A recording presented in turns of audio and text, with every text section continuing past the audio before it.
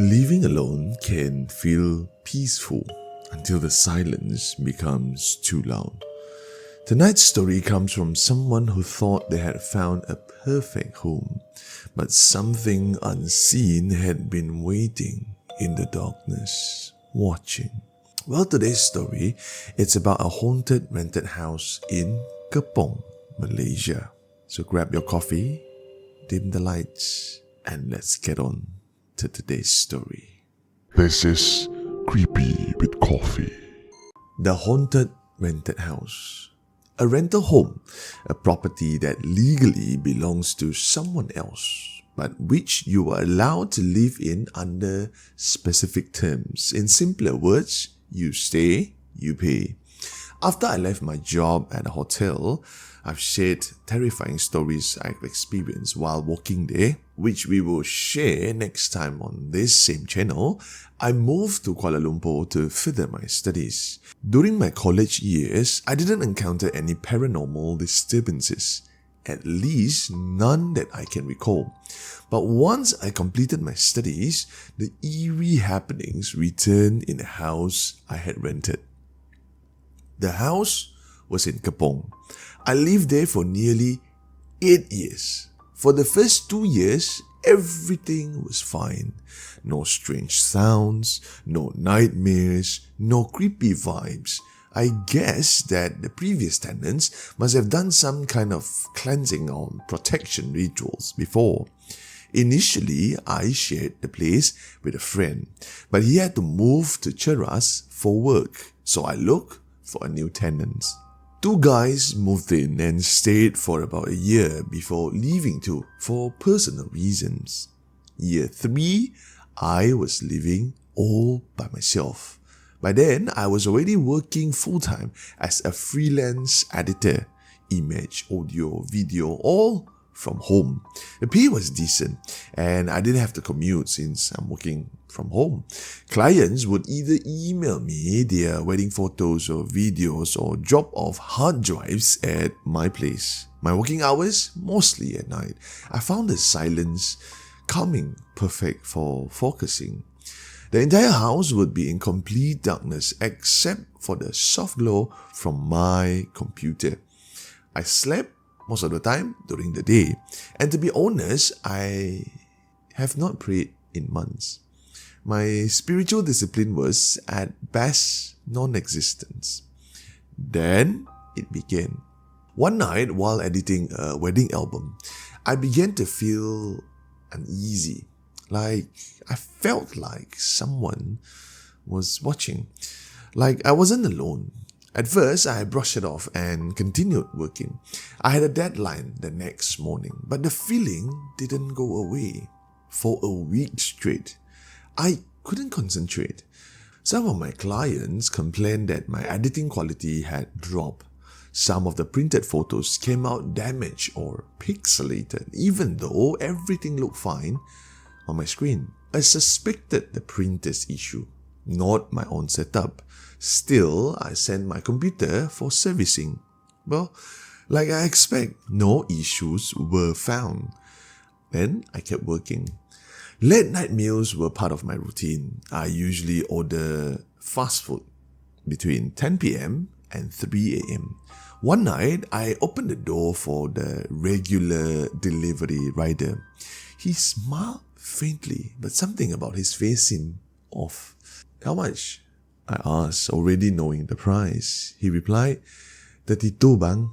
I handed him 50 ringgit and asked if he had change. He said, yeah, I do. But his eyes weren't on me. They were staring behind me into the dark hallway of my house. When I noticed him staring, so I waved at him. Hello? He went pale, quickly handed me my food and change and left without his usual thank you. Weird. The next night, I ordered again, but this time a different rider showed up. I asked, where's Adam? Adam, I assume, is the rider the night before. I said he always fights to deliver my orders. The new rider smiled awkwardly. he's working, but he asked me to send your order tonight. The rider looked around and then leaned in. Bang, don't be mad, okay? And I said, yeah, what was it? Last night, Adam said he saw something, like a hunched black figure walking behind you into the room. He said you live alone, so he freaked out. The moment I heard that, I swallowed hard. My hair stood on end. Oh, no lah, that's just my friend visiting. I lied, trying to brush it off. The rider laughed nervously and walked away. As he entered the elevator, I stood there in the hallway, frozen. That night was the first time in months I locked my bedroom door. And for the first time, I turned on every light in the room, even at 3 a.m. I didn't dare to leave it dark. About a week later, I bumped into a photographer friend of mine.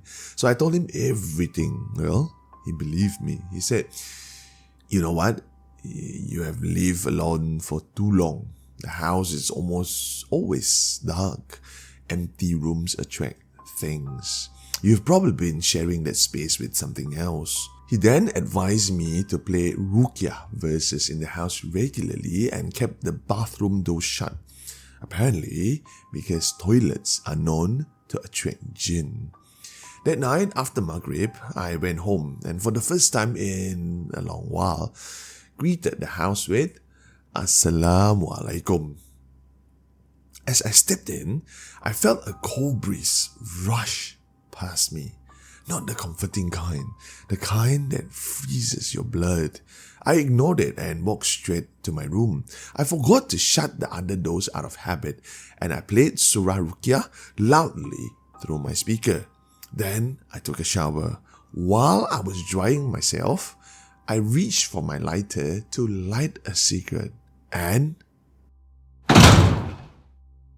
a deafening bang echoed from somewhere in the house. It sounded like a door being slammed shut. I dropped the lighter, my chest tightened and my palms began to sweat. Another slam, louder. This time I felt hot all over, like I was burning from the inside out. I couldn't breathe.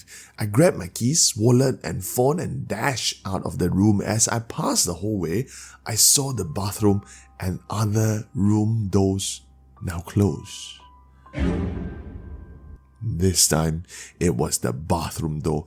I didn't stay to check. I locked the door behind me and rushed to the lift.